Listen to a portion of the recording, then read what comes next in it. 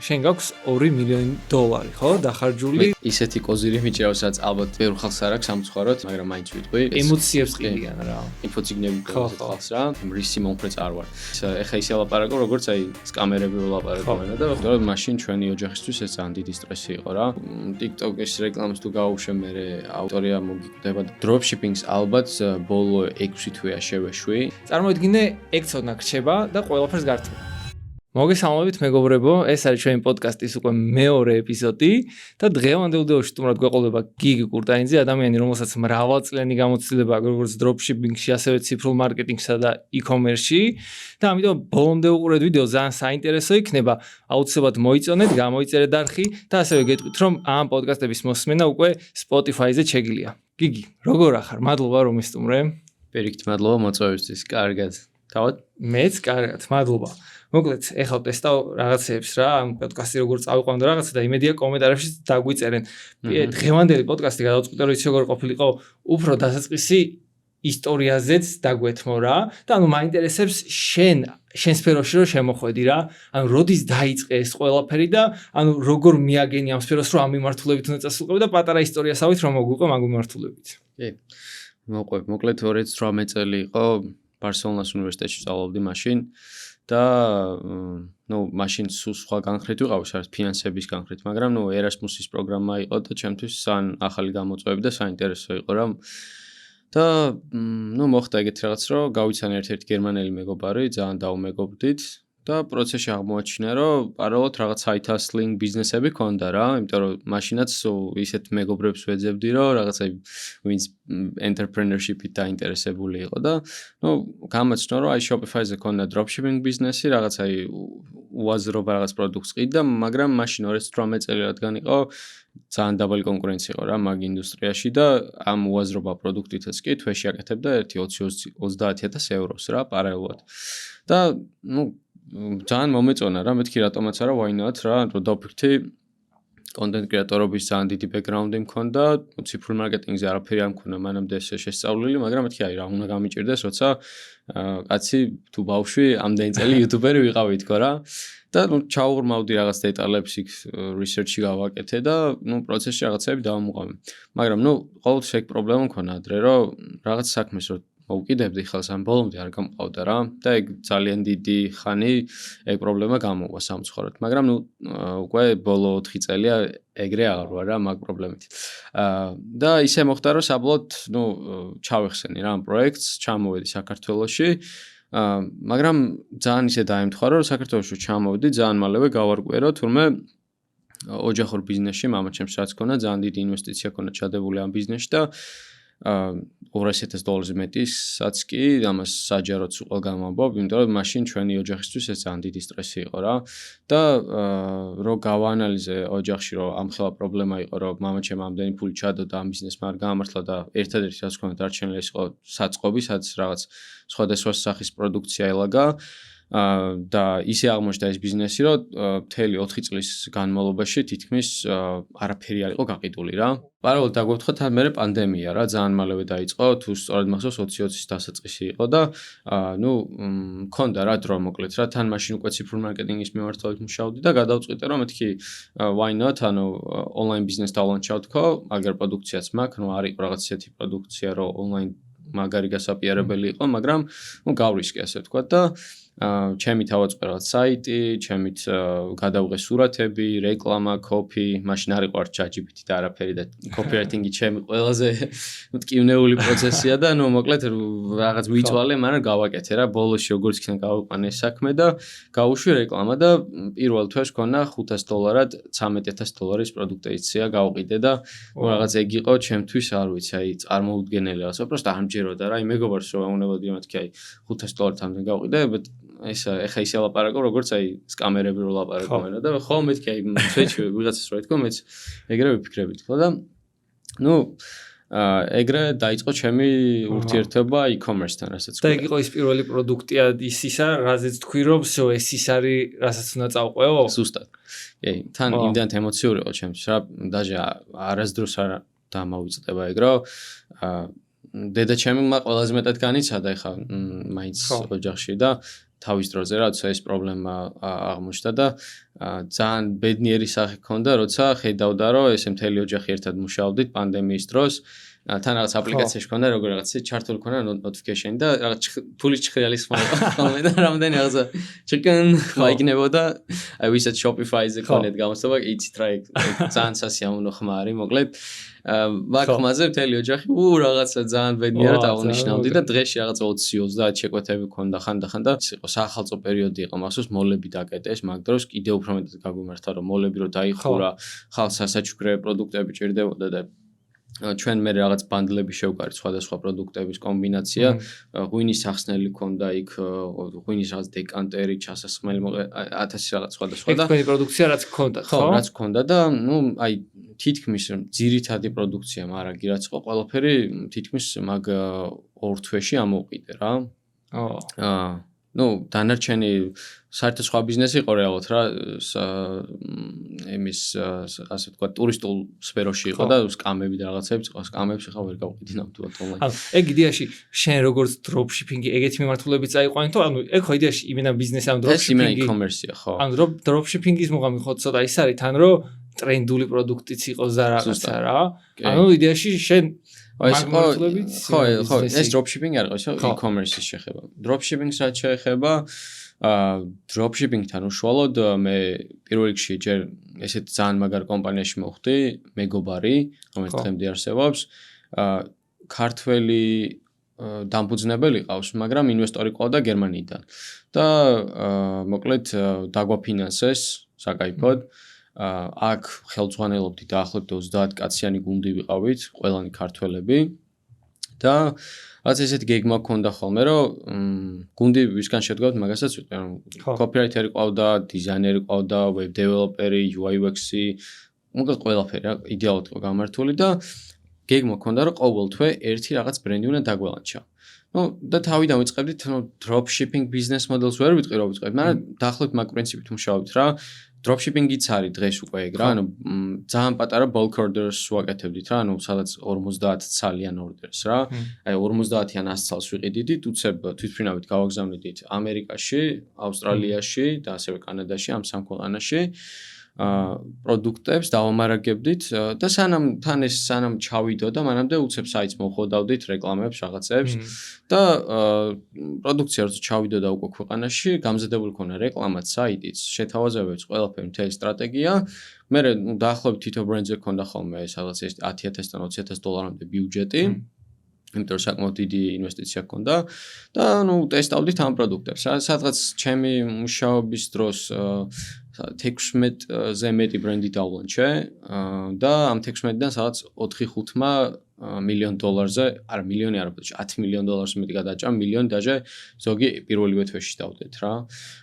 დაჟე საინტერესო ის არის, რომ ერთ-ერთი ყველაზე უცნაური ბრენდი და საინტერესო რაც მიმუშავა, ეს არის Chebuty, რომელიც იყო აფრო-ამერიკელი ხალხისთვის განკუთვნილით მის მოვლის ბრენდი რა. იმიტომ ყველაზე დიდი ეფორტი დაგვჭირდა, თვითონ პროდუქტი ესე არის შოვებოდა რა, ჩვენ შევქმნით რა, ბაზარზე დავინახეთ მოთხოვნა, ტრენდები და რაღაც რამდენიმე სხვადასხვა supplier-ი დავაკავშირეთ ერთმანეთს და შევქმნით ეს პროდუქტი აფრო-ამერიკელი ხალხისთვის ამერიკაში მე დავატარგეტეთ, გავუშვით და ესეთი საინტერესო кейსიც კი გქონდა, რომ ეს ბრენდი ისე მოიხოდა, რომ სადაც პირველ თვეში უკვე $9 მილიონი გაყიდვა ჰქონდა.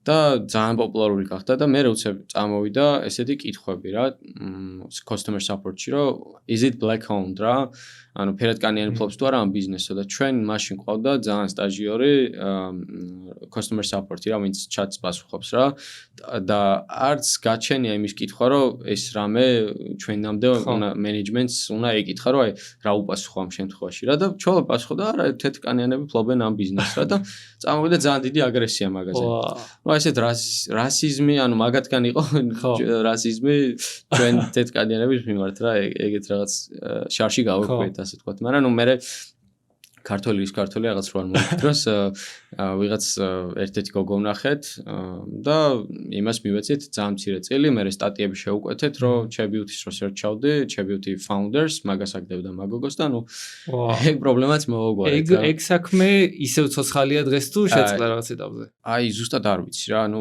მე რაც წამოვედი მე როგორც ვიცი ძალიან შემცირდა გუნდი ეს შეიძლება იყოს განპირობებული იმით, რომ არ ვიცი, ხელოვნური ინტელექტის განვითარებამ შეიძლება ჩაანაცვლა ეს კადრები, მაგრამ რასაც ხედავ, ბევრი რეგრესი არის რა ამ ბრენდებში რა. თუმცა ხო, დარწმუნებული ვარ, ისეთი კარგი ფაუნდერი ყავს, რომ უეჭველი მოგებაზე გაყავს მაინც ეს ბრენდები რა. და რო წამოვედი, აი მე უკვე გადავწყვიტე, რომ ჩემითაც მეცადა რა, ჩემი ბრენდები დამელანჩა, ჩემით გამეშვა რეკლამები, ჩემი ფულით და მქონდა რამდენიმე ცდობა და dropshipping-ს იმიტომ მივადექი, რომ dropshipping ყველაზე კაი ბიზნეს მოდელია მაგისთვის რა. იმიტომ რომ პროდუქტის მარაგი არ გაქვს, ისე შეგიძლია დაიწყო გაყიდვა რა.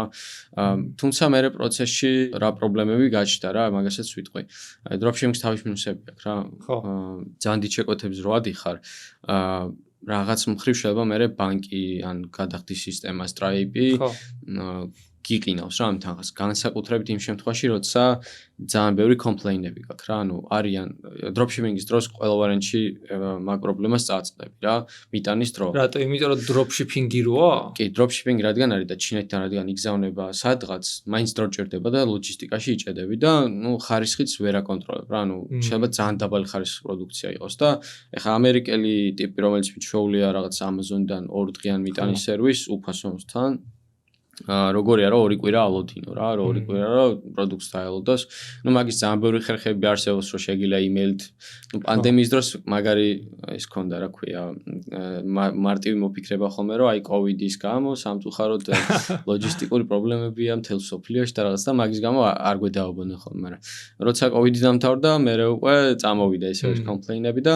მე რო გიგროვდება ამდენი ძალიან ბევრი კომპლეინი იმიტომ რომ ის ამერიკელები პირველ რიგში ბანკს ურეკავენ ბანკი მე გადახდის სისტემას ურეკავს და გადახდის სისტემა მე შენ გყინავს რა იმიტომ რომ ამდენი ცუდი რევიუები რო გაქვს უკან ვინც ხალხი ფულს დაბრუნებას ითხოვს ან უხარისხო პროდუქტია ძალიან მარტივად ყინავენ და მქონია ეგეთ შემთხვევა რომ ვაფშე აი ძალიან დიდი თანხა იდო ესე ეწერა რა ეს ციფრი და ვერსად ვერ გაგქონდა რა და ეწერა რომ აი 2 წელი განხილვაშია და 2 წელი როგორი ახლა რომ მიდი და უყურე ხა ამ ციფრს რომ გააქვს მაგრამ ვერ იყენებ და არც იცი რა მოხდება რა ანუ ეგეთი მინუსები აქვს ხო და dropshipping-ი ანუ ეხა დღეს ადრე ოკეი პოპულარული იყო რაღაცა დღესაც მუშაობს იმიტომ რომ აი მაგალითად პირადად მე რა TikTok-ს scroll-ავ რაღაცა და რო შემხდება ხოლმე რაღაც პროდუქტი შეიძლება დავინტერესდე მართლა ძალიან საინტერესო გადავდივარ რო მე ფასო მოწმე პროფილიდან რო გადავდივარ რაღაც ხედავ რომ საიტი აწყობილი არის რაღაც კარგათაც და ფასი არის ძალიან ძვირი და გიგანტური ფასდაკლებაზერია ეგრევე ვსქრინავ გადამაქ სხვაგან და ვეძებ სხვაგან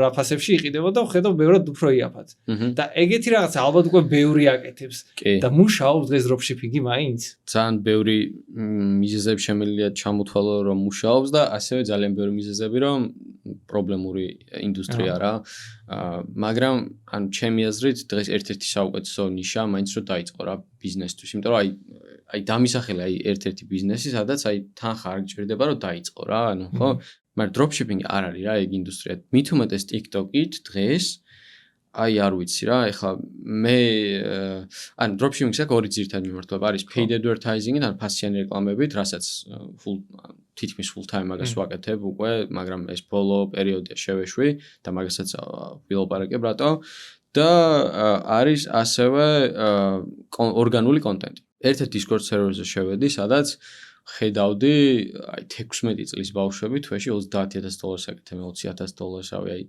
მართლა და ტიპებს ის პრობლემები მქონათ რომ აი მშობლებს გონია რომ რაღაცას ვიტყუები და ხალხს ვატყუებ და ბანკის ანგარიშს არ მიკეთებენ მიშველეთ რაღაცა და პროცენტს მოგცემთ ოღონდ ეს თანხა გამომატანია და რაღაც აი სიგიჟეები ხდებოდა რა იმ ჯგუფში როცა ვიყავი და რეალურად რას ეკეთებდნენ რა ანუ TikTok-ზე ორგანულად შეგიძლია და ვიდეოები დადო რომელიც სრულად უფასოა და იყო მომენტები რომ ზოგს ძალიან უვარდებოდა ეს ვიდეო რა გლობალურ ბაზარზე ერთი 20 მილიონი ნახვა ქონდა 30 მილიონი ნახვა და მე ხალხი გადადიოდა ამ ადამიანის პროფილზე მე ბაიოში ლინკი ქონდა და Shopify-ზე ეგრე და ვაფშე ნული advertising-ით ყიდიდა პროდუქტს. და ეხლა წარმოიდგინე რა, ანუ ჩინურ აი ხა кейსი რო ავიღოთ რა სიტყვაზე რა, ესეთი საათი ვნახე, რომელიც ღირს Alibaba-ზე ან AliExpress-ზე რაღაც $10 სიტყვაზე, ხო? მე შემიძლია რომ ჩემს მაღაზიაში უფრო შევფუთო, ვითომ უფრო ბრენდულია, რაღაცა ვითომ მაგარი ფიჩერები აქვს რაღაც და დავადო ჩემს საიტზე $30. ჩავწერო მე ამაზე ვიდეო და პოტენციალურად თუ ეს ვიდეო გამივარდება გლობალურ ბაზარზე, აი 10 მილიონიდან 1000 ხომ მაინც იყიდის.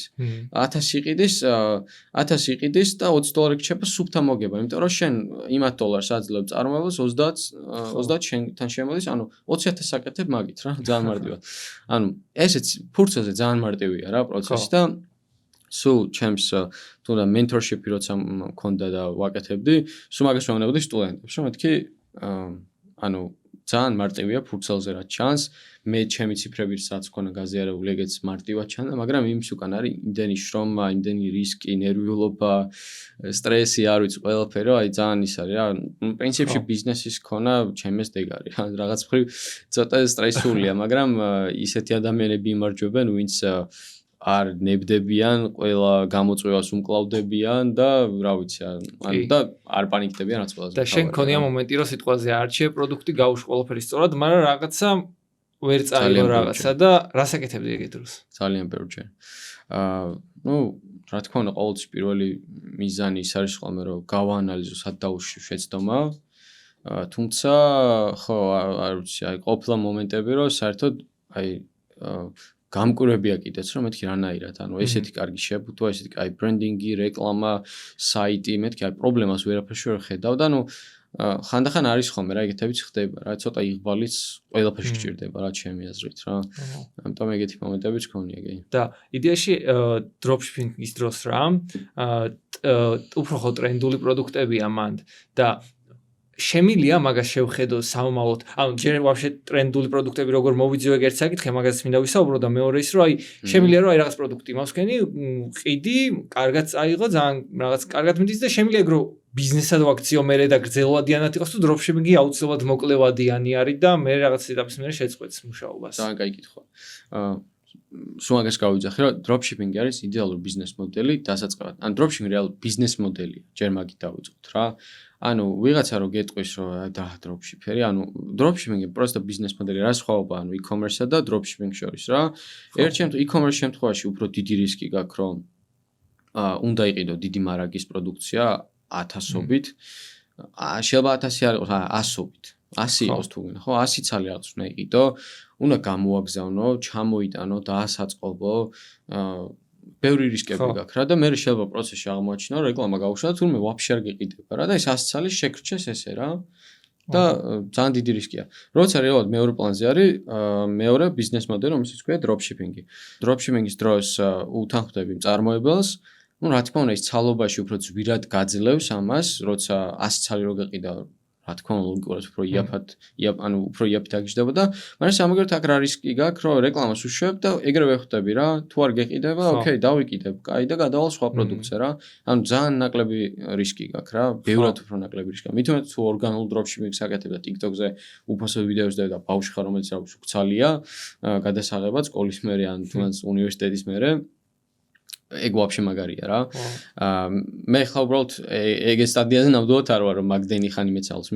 მით უმეტეს მაგის თქმაც მინდა რომ dropshipping-ს ალბათ ბოლო 6 თვეა შევეშვი, იმის გამო არა რომ არ მუშაობს.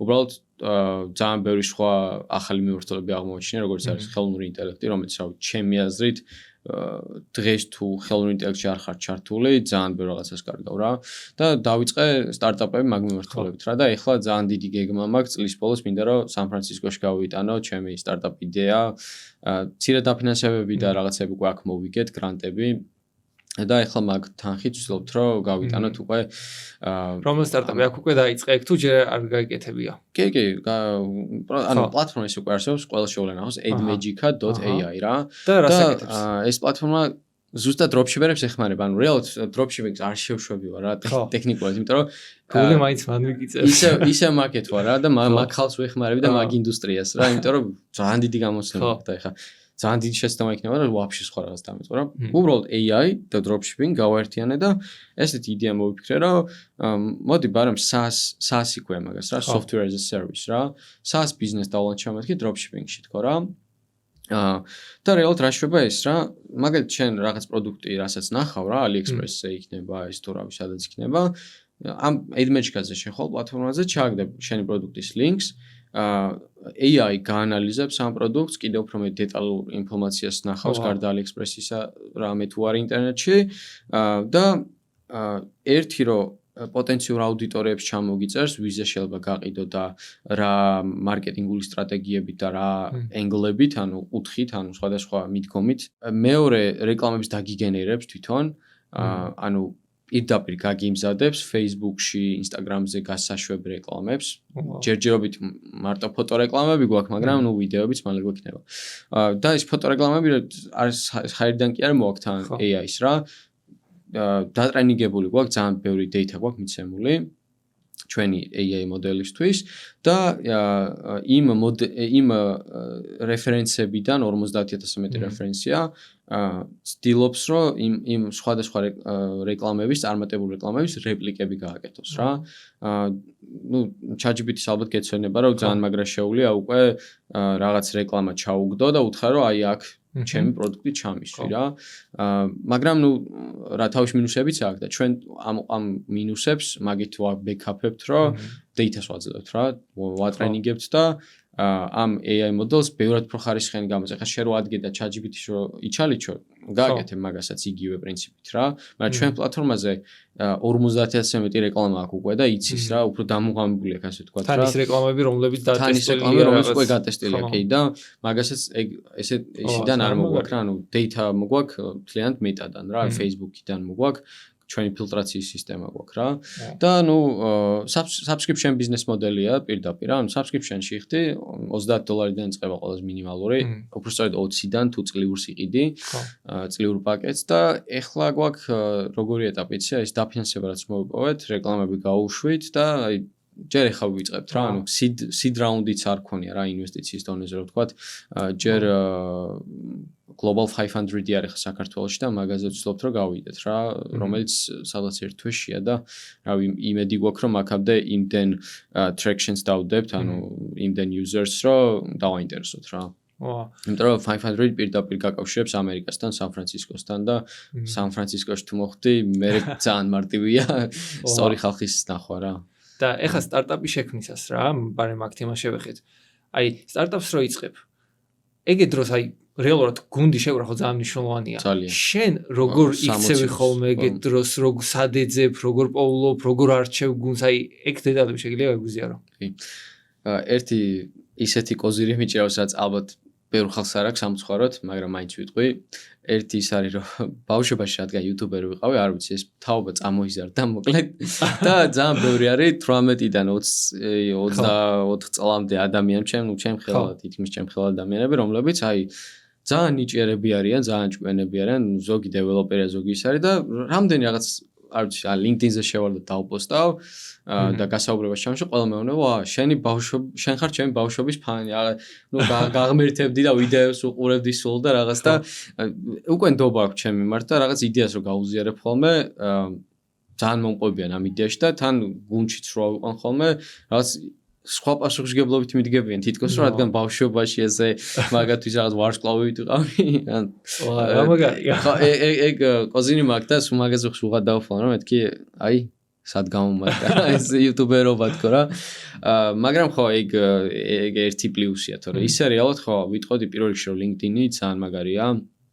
ყველას ურჩევ რომ იაქტიურონ LinkedIn-ზე კონექშენები აგროვონ პოსტონ უპასუხონ სხვებს პლუს მე LinkedIn-ი ამ კონექშენებს რო გიგროვებს პარალელურად ხვდები უკვე დახურულ ღონისძიებებზე რა ბევრი თბილისში საკმაოდ ბევრი ღონისძიებებია AI meetup-ებიც არის ბიზნეს meetup-ებიც არის და ეგეც კიდევ ერთი ძალიან კარგი საშუალება არის რა რომ ესეთი აი შენ ქონდა ადრე ეგეთი ერთი ღონისძიება ETH-Summit-ი ძალიან მაგარი ღონისძიება იყო მანდაც ბევრი ეხაც ერთ თვეში გვაქვს კიდევ 20 ივნისში გვაქვს ძალიან დიდი ხო აქვე ბარემ დავანოსო და გიორგი დანელია იქნება ჩვენი წამყვანი ასევე უცხოეთიდან ჩამოყავს უცხოელი იუთუბერები და მოკლედ ძალიან დიდი თემა იქნება რა ძალიან მაგარია ხო ეხლა დღე-დღეზე უნდა გავუშვათ რეკლამა და იცი რა ეს ხელოვნურმა ინტელექტმა არ ვიცი აი იმდან გამარტივა პროცესები რომ დღეს აი ერთი წლის წინ რომ მე თქვა რომ იცი რა ეხლა 4 სტარტაპზე მუშაობ ერთად შეიძლება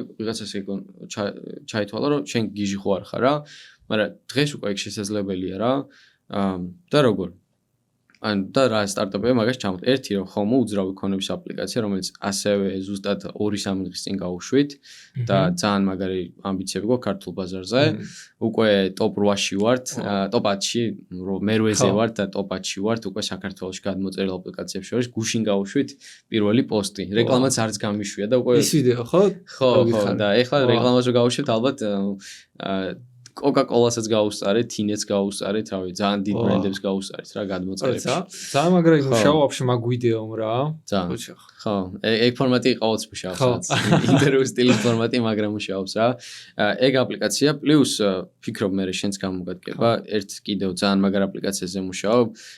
იქნება ეს community-ს დასლანჩი პლატფორმა, ქართული პლატფორმა და subscription-ი რა. შეგეძლება რომ community დალანჩო, სიტყვაზე ბიზნეს ფლობელების community რა და დაარდო ფასი რაღაც თვეში 50 ლარი და თუ ამ community-ს წევრი გახდები, კურსებზე მიიღებ სტომას, მასტერ-კლასებზე, ექსკლუზიურ ივენთებზე და შენ თვითონ ამენეჯმენტებ ყველაფერს რა, კალენდარის სისტემაც გიქნება, კურსების ატვირთვის სისტემაც იქნება, ჩატის ფუნქციაც იქნება, რომ ხალხმა თქვა დისკაშენები დაწერონ და აპლოუდები გაუკეთონ, როგორც Reddit-ზეა და მაგ მასეც მოკლედ ძალიან მალე დავლანჩავთ. პლუს ეს Edmagic რაც გითხარი, ამ AI პროექტზე რაზეც მუშაობ და E-Summit. ეს 4 არის ყველაზე აქტიური პროექტი ახლა რაშიც ვარ ჩართული. პარალელურად პლუს ჩემი სააგენტოც მაქვს, სადაც advertising-ის სერვისს უკეთებთ ბევრ სხვადასხვა ინდუსტრიებს, მაგრამ ძირითადად სამშენებლო ინდუსტრიებს. და რავი რა, ბევრ მაგარ ამბებში ვარ ხო და მაგიტომ ამდენ სტარტაპში რო ხარ რა, ისე აი შენ გამოსილებით რომ ხარ სტარტაპის დაწყება. როგორ ჯობია თავიდან ჩემი რესურსი უნდა მქონდეს, უნდა ინვესტორთან გავიქცე ეგრევე თუ საიდან ვიშაო ფული რომ დავიწყო სტარტაპი. აი წარმოიდგინე, რაღაც სტუდენტები გუყურებენ შეიძლება ვიღაცები და უნდა დაწყება, მაგრამ აი არიციან რა ქნან რა. ჩემი მე ხა რო თქვა რაღაც სტარტაპერობის ძალიან დიდი გამოცდილება ეხლა ვიწყებ რა, ანუ მეც ეხლა ვარ ამ სფეროში, მაგრამ ძალიან ბევრი ტრეინინგებს უსმენ. საქართველოში ძალიან ბევრი კარგი მენტორი ყავს მაგ მიმართულებით. ეხაც Idea Lab-ში ვიყავი, Idea Drum-ში, ბოდიში. Idea Drum-ი ძალიან მომეწონა და ყველას გავუწევდი რეკომენდაციას, რომ მათ მივიდნენ Media Lab-ში. ორი სახელი აქვს რა, Idea Drum-ი და Media Lab-ი. ანუ Media Lab-ი რო დასერჩოთ, Idea-ში ეგ არის რა. Media Lab-ი არის ადგილი, სადაც შენ იდეას განვითარებაში გეხმარებიან, პლუს გატრეინინგებენ. და ამაში არ ფსაქთხოვენ რა, არც კომპანიის წილში შემოდიან არაფერი და გაოცებული ვარ იმ ადამიანებით, ვინც მაგ საქმეს აკეთებს და თან ისეთი გულით გეხმარებიან და ისეთი effort-ით, რომ არ ვიცი, აი, უბრალოდ შოკირებული ვარ რა და ნუ მათ შესაძლებელია და ყველას ურჩევდი რომ ეგ გაიარონ. გარდა ამისა, სტარტაპს როცა იწყებ, ჩემი აზრით, აი გუნდი ახსენე და გუნდი ძალიან მნიშვნელოვანია და ყველაზე მნიშვნელოვანი არის, რომ ისეთი გუნდის წევრი იპოვო რომელსაც პირველ რიგში ნუ რაღაც მცირე წილით დააინტერესებ და რაღაც ხელფასით რა. ეხლა მქონია ისეთ შემთხვევაც, რომ ვიღაცა არ ამიყვანია, ვიღაცა აყვანა როგორც თანამშრომლად და არა როგორც წილის share რომ მისცე რა და ნუ ძალიან მინანია, იმიტომ რომ ისეთი ადამიანი რომელიც რაღაც გამომუშავებაზეა და ფიქსირებულ ხელფასია, იმას არაფერი мотиваცია არ გააჩნია გარდა იმისა, რომ ეს ჩარიცხვა მიიღოს რა. და შესაბამისად არდებს იმხელა შრომას და ენთუზიაზმს, რომ ეს პროექტი სწორედ განხორციელდეს. რა, ის სტარტაპზე ვიძახ პირდაპირ, რა, სტარტაპი რო იყო და ვიღაცა რო აიყვანო ფიქსირებულ ხელფასზე, ის უბრალოდ რავი არ ჩადებს რა მაგხლა იმას რა. და ჯობია ყოველთვის რომ მინიმალური რესურსებით დაიწყო და სწორი ხალხი შეარჩიო, რომელიც შენს ნოტაზეა, ასე ვთქვათ, და მაგის ძალიან მარტივად გაგება შეიძლება, თუნდაც პირადი ინტერესები რა გაგაჩნიათ, როგორ წარმოგიდგენია სტარტაპი, მცირე უცებ რომ მოუყვები, რაღაცა ესე არ უნდა დაფიქრდეს, ვა ის რა არის და რა საკეთებს, ანუ უნდა ერკვეოდეს სფეროში ჩემი აზრით და იდეებში უნდა მოყვებოდეს, რაღაც რო ამბობ, უნდა ფიდბექი უნდა იყოს, რომ ვა, კი, მაგარია, მოდი გავაკეთოთ რა. ერთი ეგ, რომ მინიმუმ on ძალიან ბევრი კი არ უნდა იყოს ეგეთი რომ წილები მისცე და არიგო რა ეს წილები რაღაც 10 კაცზე ან რაღაც გადაწყდეს ეს ისა მაქსიმუმ 4 კაცი რა მაქსიმუმ 4 კაცი რომელიც ერთ ნოტაზეა ერთად ჯელობენ საერთო ინტერესებიც ბევრი გააჩნიათ და ამ სტარტაპს უყურებენ როგორც ხო ძალიან დიდ პოტენციალად რა და ეს პროცენტები თანაბრად ჯობია ხოლმე გაიყოს თუ ვიღაცას ცოტათი მეტი მაინც უნდა ქონდეს რომ გადაწყვეტილების მიღებპირად ეგ ხო, ალბათ რეკომენდებულია რომ ვისი იდეაც არის თუ შენია იდეა და ინიციატივაც, რა თქმა უნდა ყოველთვის ჯობია რომ ეგ backup plan-ად დაიტოვო რა მაინც ხო. გუშინ ნახე ისა რა ქვია გადავხედე ამ მილიარდერებს ვაფშე თავის კომპანიებში წილები როგორ აქვს და გამოვშტერდი Tesla-ს Elon Musk Tesla-ში რამდენი ქონდა ჯერ რაღაცა 13%, 20% და რაღაცა დანარჩენ იმენა ინვესტორებზე და ეგეთებზე გადანაწილებული, ანუ აქციების ბიზნესიც, მაგრამ ხო, ეგ სხვა რაღაცა, ეგ ანუ public როცა ხარ კომპანია, სხვა მიმართულება. ხო, მაგრამ მაინც 10-13 არ ველოდი რა, მაგდენს, აი ძალიან ცოტა მე მეგონა მინიმუმ რაღაც 1.50-ს ფლობდნენ და რაღაცა. ხო, public კომპანიაზე ეგ იმიტომ რომ პირველ რიგში აქციები რო გამოგაგ საჯაროდ დიდი არის, კი. კი.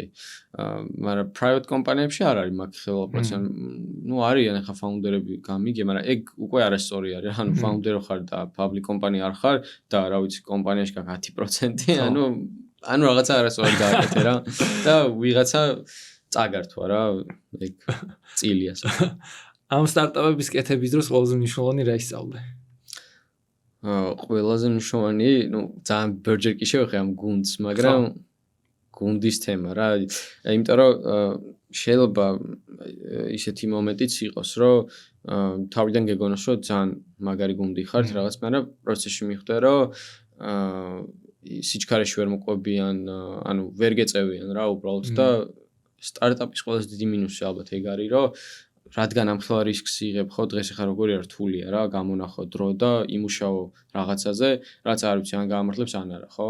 ანუ ფაქტობრივად ჭყალებში უფასოდ მუშაობ და არიცი რა იქნება ხვალანზე ეგ რა და შეიძლება ისე გამოვიწო 3 თვე იშრომ რაღაც იწვალო და თურმე ტყილა გიწვალია ეგ არის რა ან პირიქით შეიძლება 3 თვე იშრომო ღამები ათენო და მე როცა ბახ და რა ძალიან გაგივარდეს რა ყველას უშუებდი ეგეთ რაღაც რა მე ხო ჯერჯერობით ეგეთი მომენტი არ მქონია თუმცა სტარტაპი ძალიან მიყვარს რაღაც სტილი რა მაგ ცხოვრების სტილი რა ჩემს იმას ერგება რაღაც ხასიათს თითქოს რა მეც ეგეთი ვარ არასტაბილური ხო ეგ არის ყველაზე გასათვალისწინებელი რაღაც რა და სხვა შორის ძალიან კარგი სხვადასხვა მეთოდები არსებობს მაგის დასაზღვევად რა ერთ-ერთი არის ვესტინგი მაგალითად რა ვესტინგი არის როგორი კონტრაქტიც რომ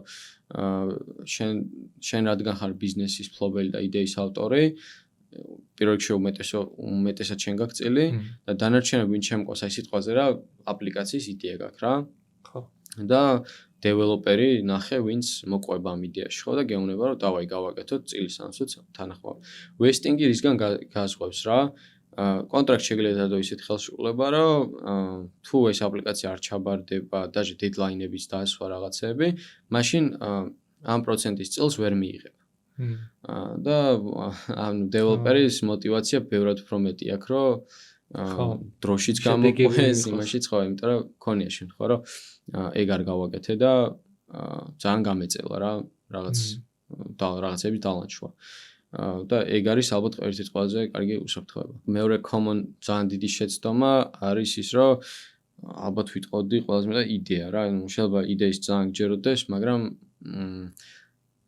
უაზრო ძალიან დიდი დრო დახარჯო შენი პროდუქტის შექმნაში, ისე რომ საერთოდ აღმოჩნდეს თუმცა ხალხს ეგ არ ჭირდება. ამიტომ ეს MVP ქვია მაგას, რა minimal viable product რა, ანუ MVP უნდა იცოდო რაც შეიძლება მალე შექმნა რა.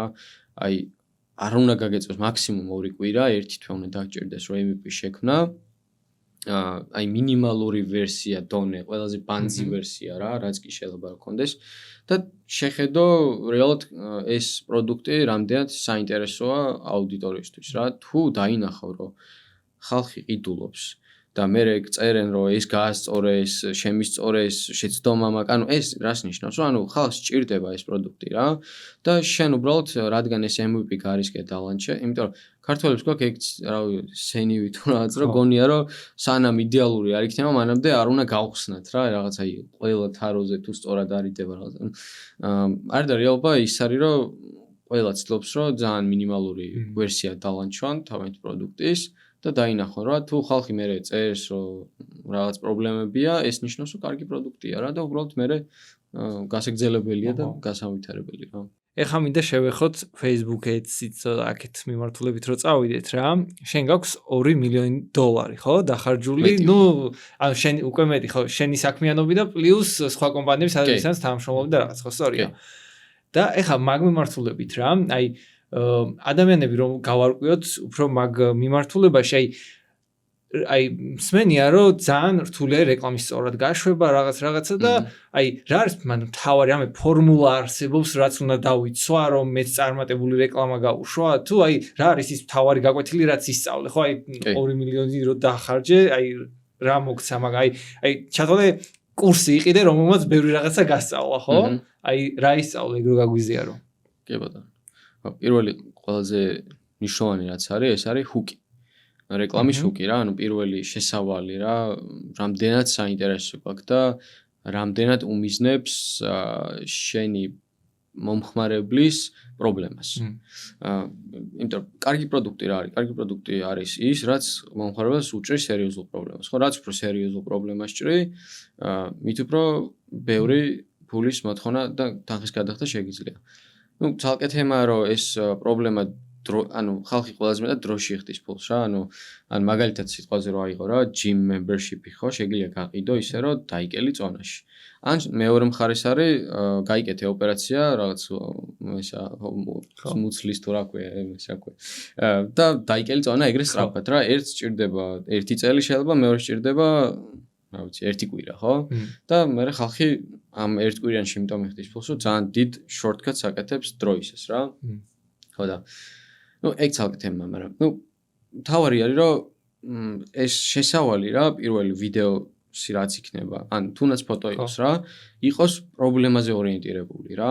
ანუ თუ ვერ წარმოგიდგენია პირველ რიგში შენი პროდუქტი რა პრობლემას ჭრის, ეგ არის პირველი ყველაზე ხშირად დაშვებული შეცდომა, რომ არ გაქვს საკმარისი აღქმა და სხვა ჩვენი AdMagic-ას რეკლამას ჩავსვა რომ მაგას აკეთებს ანუ თუ არ გაქვს რაღაც მეც არ გეხმარება რა ანუ პროდუქტი ჩავუგდა და გეტყვის ნახე ეს პროდუქტი შეიძლება ამის გამოადგეს რა აი მაგალითს გეტყვი რა ძალიან რამხელმშრომლობა პროდუქტს როგორ შეფუთავ რა აი დროპშიპინგის მაგალითია ერთხელ ყიდიდი ესეთ პროდუქტს რა რაღაცა ესეთი ფორმის აპარატი იყო, სათვალეს ათავსებდი, წყალს ასხავდი და არ ვიცი რაღაც უცნაური ტექნოლოგია ქონდა, რომ ვიბრირებდა რა და წყლის ვიბრაციით სათვალეს მიკრობებისგან წმინდავდა და პლუს შუშასაც რა.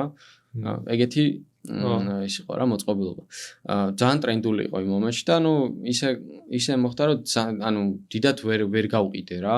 ანუ იმიტომ რომ უცებ ისე ტრენდში აღმოჩნდა რომ ძალიან ბევრმა დაიწყო გაყიდვა რა და დროპშიპინგის აი მინუსი ალბათ თუ არის მინუსი ეგ არის რომ ისე სწრაფად შეუძლიათ ხალხს დალანჩონ შენნაირი მაღაზიები და მოყარონ რეკლამებიც, საიტიც, კოპიც, ყველაფერი რომ უბრალოდ დაკარგო რა ის როგორ თქვა განსხვავებულობა და ის შენი უნიკალური მიდგომა რა ისე მარტივად დაკოპირებენ და ერთმა როგორ რაღაც მოიფიქრეს ზუსტად იგივე პროდუქტზე სხვანაირად შეფუთა რა მოხუცების სეგმენტზე გავიდა და თქვა რომ ეს მიკრობებისგან შენს ჩანას მიკრობებისგან გაწმინდავს და ათავისუფლებს ვაფშე სხვა ნიშა მოიფიქრა რა ტიპმა რა ანუ ყველა ყიდა ამას როგორც სათვალის გასაწმენდად და ამ დროს ამა ვაფშე სხვა რაღაც მოიფიქრა რა ზუსტად იგივე кейსი ქონდა აი მაშინ რო თქვი მეგობარს შემუშავდი ესეთი პატარა პორტატული ის ქონდა ჰაერის ფილტრი რეალურად ორიგინალურად ეს პროდუქტი იყო მანქანის ჰაერის ფილტრი ან მანქანაში უნდა მოგეთავსა ძალიან პატარა იყო რა მანქანაში უნდა მოგეთავსა და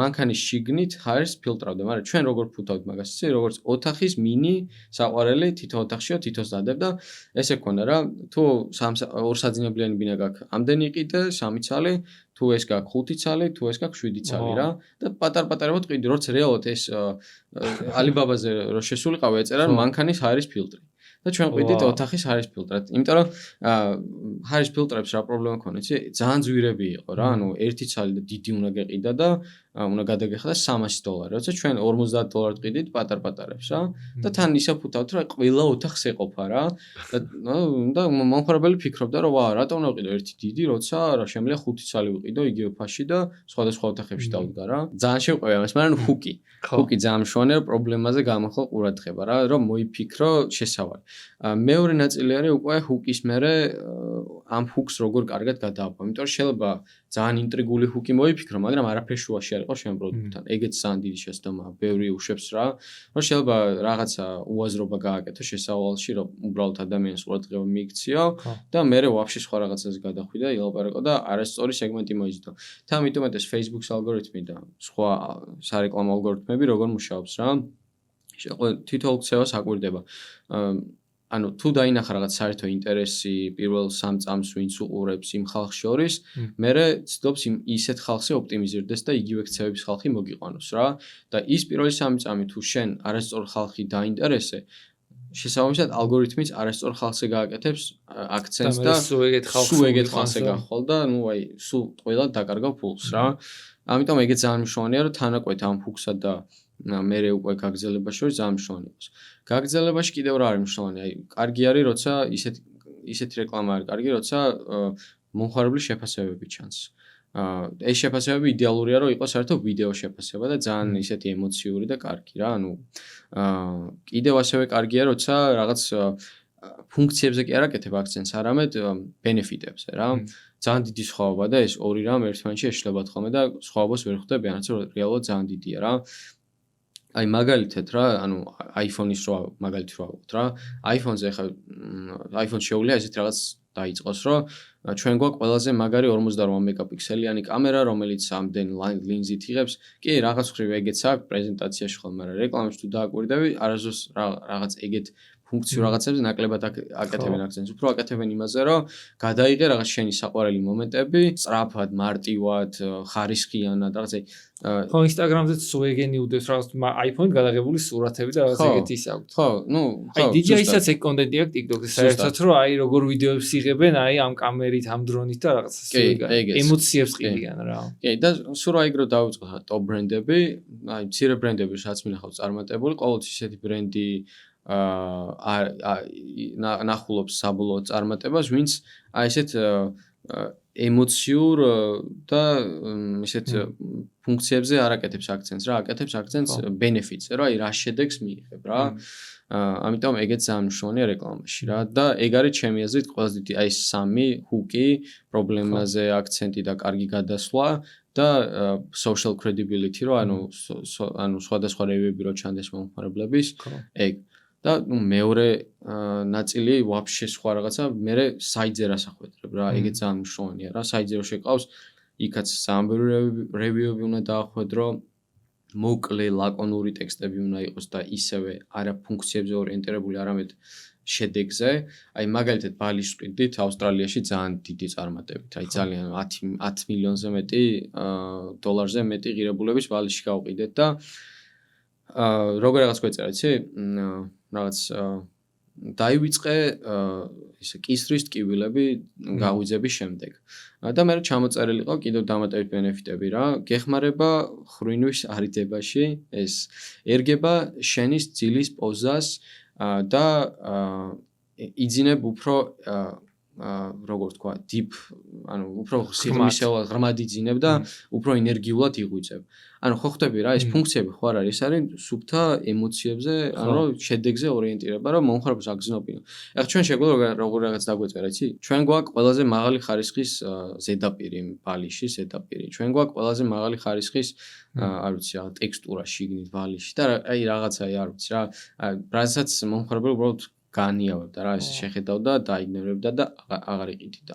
და რატო აი წახვი აი ნახე აი ბალიში ესეთი რაღაცა აი არასდროს ვიფიქრებდი რომ შეიძლება ბალიში გამეყიდა აი როგორ არჩევ პროდუქტი ან ტრენდული რა მიმართვა აი როგორ მიხვედით მაგ პროდუქტამდე საერთოდ? ხო, ნუ ბევრი პლატფორმა არსებობს მაგისთვის. აი Store Leads არის მაგალითად ერთ-ერთი პლატფორმა კიდევ არის ნუ სახელებს ძალიან ცუდი ზოგადად, მაგრამ ნუ Hello Data და ძალიან ბევრი პლატფორმები, სადაც ამ data ტრენდებს ხედავ რა.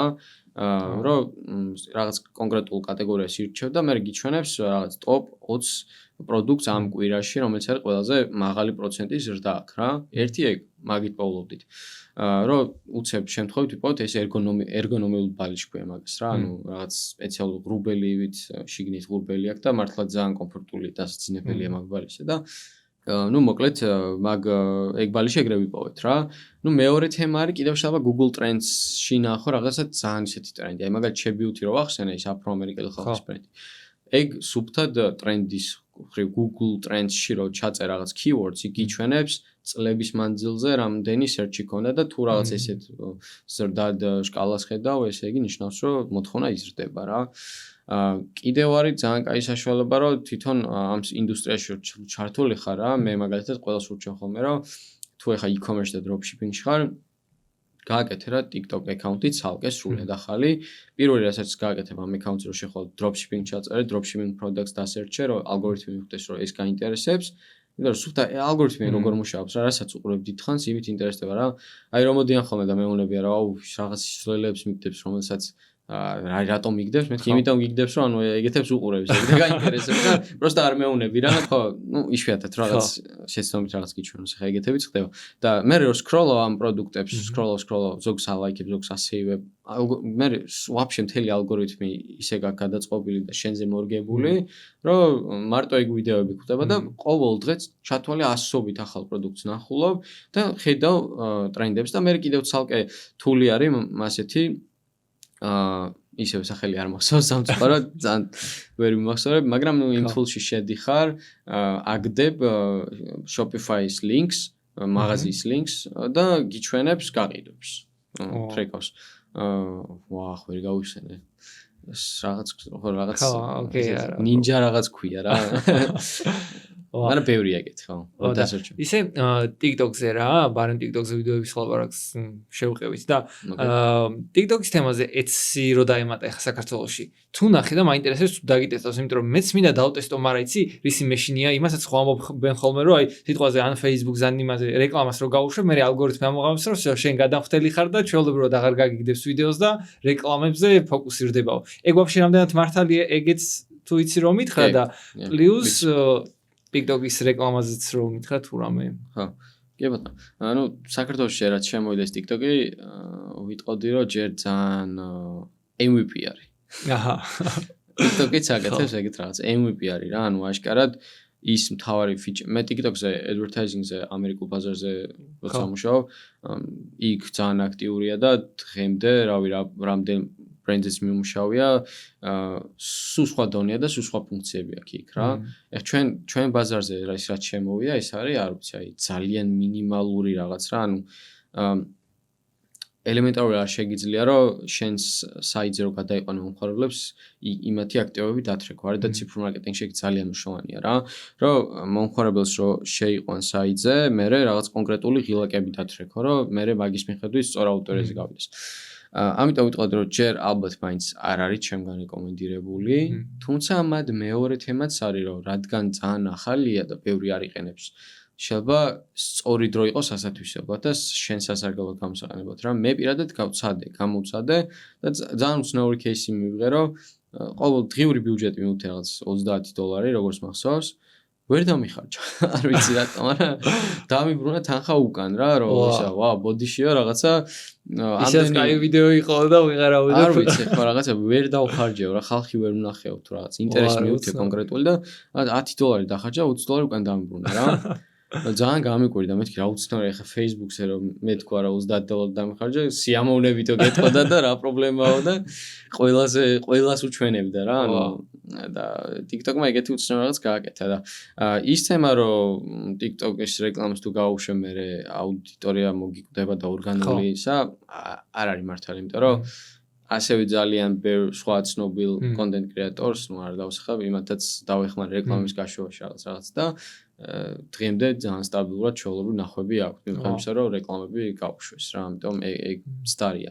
უბრალოდ ეხლა იმას უნდა ველოდოთ, რომ რაც უფრო ეს რეკლამა შემოვა TikTok-ზე და რა თქმა უნდა ალბათ ერთ-ორ წელიწადში უკვე ძალიან გაჯერებული იქნება, როგორც Facebook-ზეა. მე იმის სამწუხარო მოლოდინი უნდა შევიქნათ, რომ როგორც ადრე Facebook-ზე აი 2018 წელს რო შეგიძლია რაღაც ვიდეო დაგედო და ძალიან მარტივად გაგივარდებოდა, იმიტომ რომ არც კონკურენცია იყო და არც დიდად რეკლამები იყო შემაწუხებელი. ეგრე იქნება ალბათ მე TikTok-საც რა, აღარ გაგივარდება ეგრე ძალიან ვიდეო, იმიტომ რომ უმეტესობა პლატფორმა მიანჭებს უპირატესობას ისეთ ხალხს, ვინც ხო, ხალხს არა, კომპანიებს, ვინც რეკლამებს და შიფულს დახარჯავს რა. პლუს მე რეკლამების თავის მინუსი აქვს, რომ აქტიურ იუზერებს დაკარგავენ, იმიტომ რომ ბევრისთვის შემაწუხებელია TikTok-ი. მაგრამ სხვა შეიძლება TikTok-ზე კაი უცხოეთშიც რა, არ არის შემაწუხებელი, რეალურად skip-ავ რა, ანუ ჩვეულებრივ შეგიძლია რეკლამა შეხვდა დაიკიდო და გაგზავნო scroll-ა. ეგ რაღაც ხრივ კარგია მომხმარებლისთვის და ხვდები რომ TikTok-ის სტრატეგია ეგ არის აშკარად ByteDance-ის რომ იუზერებზე აკეთებენ აქცენტს. Facebook-ზე პირიქით აქვს რა და YouTube-ს ხო საერთოდ ძალიან შემაწუხებელი რაღაც 10 წამი უნდა ელოდო skip-ს და ну ის ასე შემდეგ და უბრალოდ TikTok-ს ეგ მინუსი აქვს რა, რაც გამიშვია რეკლამები, ერთ-ერთი რეკლამა რომ გამიშვია Facebook-ზე და TikTok-ზე, Facebook-ზე უფრო კარგი შედეგი ქონა ყოველთვის რა. იმიტომ რომ ეგ დავამოღამე რომ TikTok-ზე რომ მომხმარებელს აქვს უფლება რომ დასკიპოს, ძალიან ბევრი გაიგნორებს უბრალოდ რა და მაგაში გეხარჯება უაზროდ ფული. ამიტომ მათ კიდევ უფრო მნიშვნელოვანია ჰუკი რომ მაგარი ქონდეს, რომ ხალხი გაჩერდეს, რომ რა არის ეს მჭირდება ეს პროდუქტი რაღაც რა. და ეხლა რეკლამის გაშვებისას რა არის აი მაგალითად Facebook-ს ხო აქვს რომ მინიმუმ $1 შეგიძლია გამოიყენო და ეგ $1 ეფექტური არის რაღაც მხრივ თუ სწორად დაათარგეთებ და გაუშვებ თუ რაღაცა აი მაინც არის რომ აი მინიმუმ $20 ან რაღაცა ეგრე ჯობია რომ მართლა რეალური შედეგები მიიღო. ჯობია. ყოველთვის მაგას ვიძახი რომ აი თუ $1 გაქვს მართლა ბიუჯეტი, თაჟე ვიტყოდი $5 თუ აქვს ბიუჯეტი daily, არასდროს არ არის რეკომენდებული ეგეთ მცირე. ჯობია რომ რაღაც $20 იყოს და 2-3 დღეზე, ვიდრე $3 და 7 დღეზე რა, ანუ McDonald's-იც კი.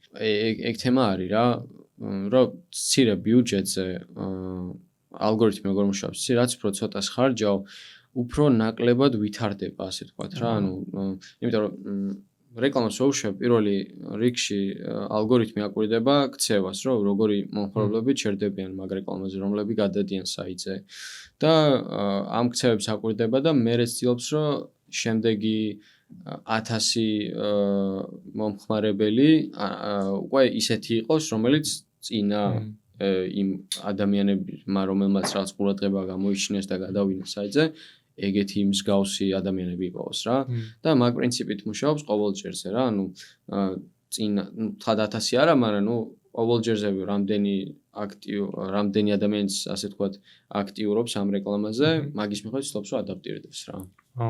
ამიტომ ჯობია ყოველთვის უფრო მეტი დავხარჯოთ daily მინიმუმ 5 რა, აი 5 ძალიან მინიმალურია, მაგრამ 10-ია რეკომენდირებული ქართულ ბაზარზე რა. და ეხლა საერთოდ ამერიკულ ბაზარზე ვლაპარაკობთ, შეიძლება $50 თუ არ გას daily დაიგიდე რა, ანუ აზრი არა. მე ხა ეს მენეჯერში ვაფშე გამოცდილება არ მქონია, რამდენჯერაც დავჯექი რა, რომ ესწავლა აი იმთან იმდენი ხანი ანუ რო ჩავშდებოდი ცოტა რაღაც მერტვო ცოტა ხანი შევეშვებოდი მე ისე დავუბრუნდებოდი და ამ პერიოდში ხოლმე სულ აპდეიტები გამოდიოდა სულ დიზაინი იცვლებოდა სხვაგან გადავიდა ისე და ბოლოს დავიღალე შევეშვი რა და ეხლა მოკლედ ეს პოდკასტები რო დავიწყი დავდები rilsები და მაგის გაშვება მინდოდა რა და შევხედე YouTube-ზე რაღაც 2 საათიანი ტუტორიალი იყო, მე თქვი, აი არ მინდა თქვა და დავსქნე ChatGPT-ს უგდებდი, აქ რას დავაჭირო, აქ როგორ გავუშვა, აქ რა ჩავწერო და მოკლედ მაგან გამოშვებინა რა. ძალიან პატარა ბიუჯეტში გავუშვი. ოღონდ ნახე, მაინტერესებს შენი აზრი. იცი როგორ გავაკეთე? ავდექი და YouTube ვიდეოს ლინკი კი არ დავდე, იმიტომ რომ იცი ავიფიქრე ვიდეოზე რომ გადავიდნენ თქო, შეიძლება როც დაინახონ 1 საათიანი ვიდეო თქო, გამურთონ და მაგით engagement-ს დამიგდებენ თქო, რომ თლიანი ნახვა არ არის თქო. მაგის გამო YouTube არხზე გადაუშვი რა. მაგრამ პრობლემა ის არის, რომ ბევრი ადამიანი გადმოვიდა, მაგრამ 1%-იც არ არის subscribe-ი ან ნახვაც არ მომატებია.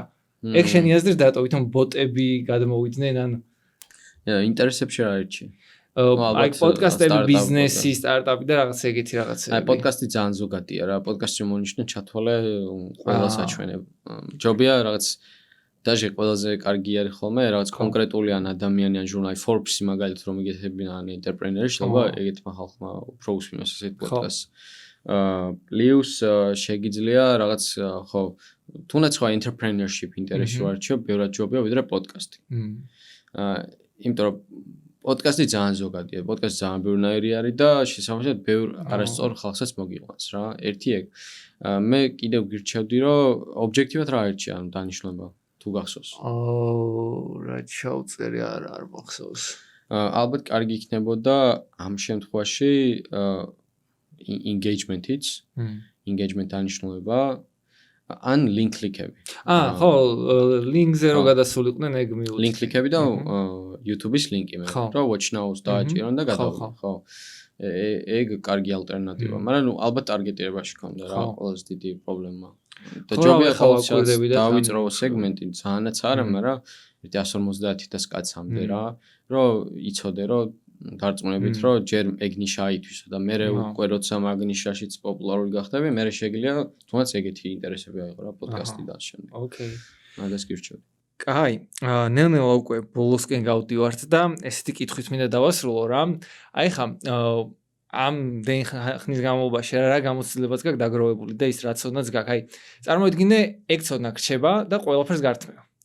აი, როგორ დაიწყებ ყველაფერს, ნუ და აი, რა სიზამდი, რა ნაბიჯებს გამდი, მარტო ცოდნა გაქვს და სხვა არაფერი. მივხვდი, ხო, დაახლოებით ისეთი კითხვა, რომ მილიონერს რო ეკითხებიან ხოლმე, ხა მილიონი რო არ ქონდეს, რა სიზავდია რა.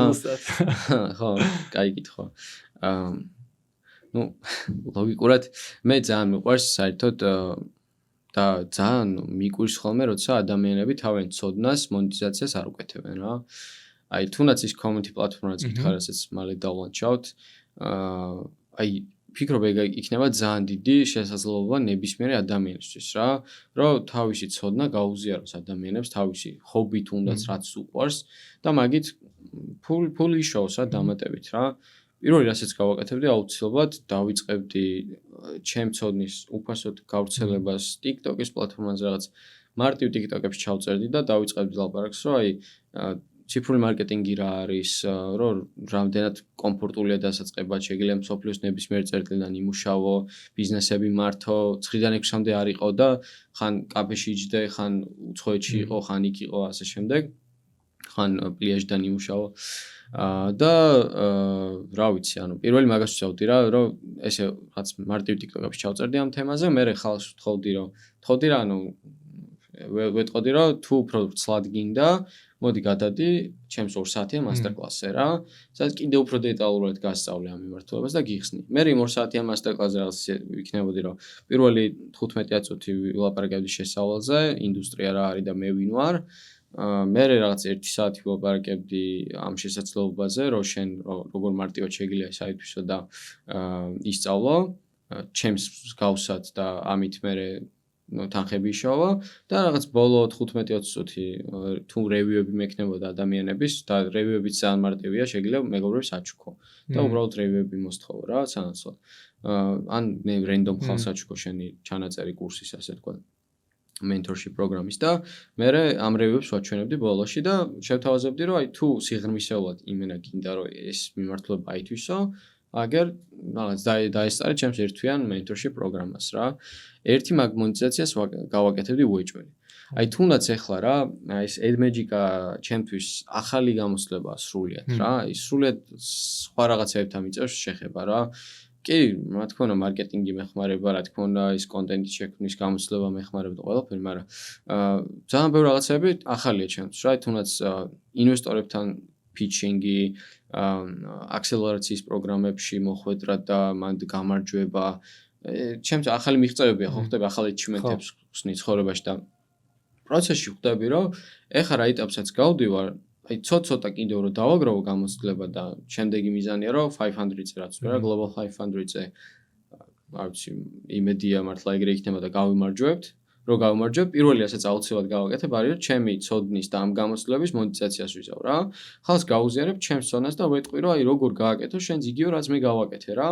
და რაში დამეხმარება ეს იმაში დამეხმარება რომ მე ამ ფულს ისევ ამ ჩემს სხვა ბიზნესებში ჩავატრიალებ რა და ხალხს ეს არ ისმის ანუ გონიათ რატომაც ისეთ დამოკიდებულად რომ კურსი დალანჩვა და რაღაც ან mentorship პროგრამა რაც გინდა დაარქვი რა რაღაც ეგეთი რა ზოგი დაჟე მეებს აკეთებს მარათონი ხო ანუ სუდი მაგაში არაფერი ხალხს გონია რომ ხალხი მარტო მაგით შოულობენ ფულს ნუ არიან ხო ეგეთი ტიპებიც რომ რაღაც თავს ისე ფუთავენ რომ ვითომისა კიტრები არიან მაგრამ არ არის რეალურად რა და მაგით თანხებს გამომშავენ და ინფოციგნები გვქონდეს ხალხს რა რისი მომხრეც არ ვარ მაგრამ აი ოდნავ რაღაცას რომ წარმატებას მიაღწევ, რავი, ჩემი აზრით რომ მონეტიზაცია გავუკეთო მაგას და მე მაგ-ფულით უკან ჩაატრიალო შენ ბიზნესში, მაგაზე მაგ რაღაცას ვერ იზავ. ამიტომ მაგას ვიზავდი პირველ რიგში.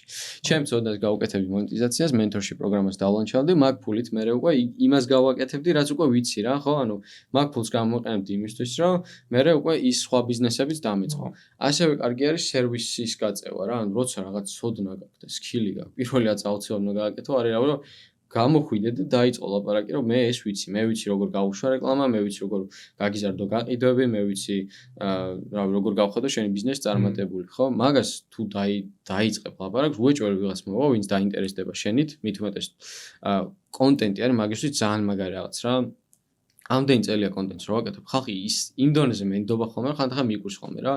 კოლზე შევდივარ და არ გინა პრეზენტაცია არ გამიძე რომ ვიცი ვინც ხარ, ვიცი რასაც აკეთებ, გენდობი, იმდენჯერ მაქვს შენ რაღაც მასტერკლასი მოსმენილი უფასოდ დავსწრება, რომ გენდობი რა. პირდაპირ მეუბნებიან, ეს პრობლემა მაქვს, მომიგვარე, აგერ რავი რამდენი ჩაგერიცხო. ანუ that's it რა.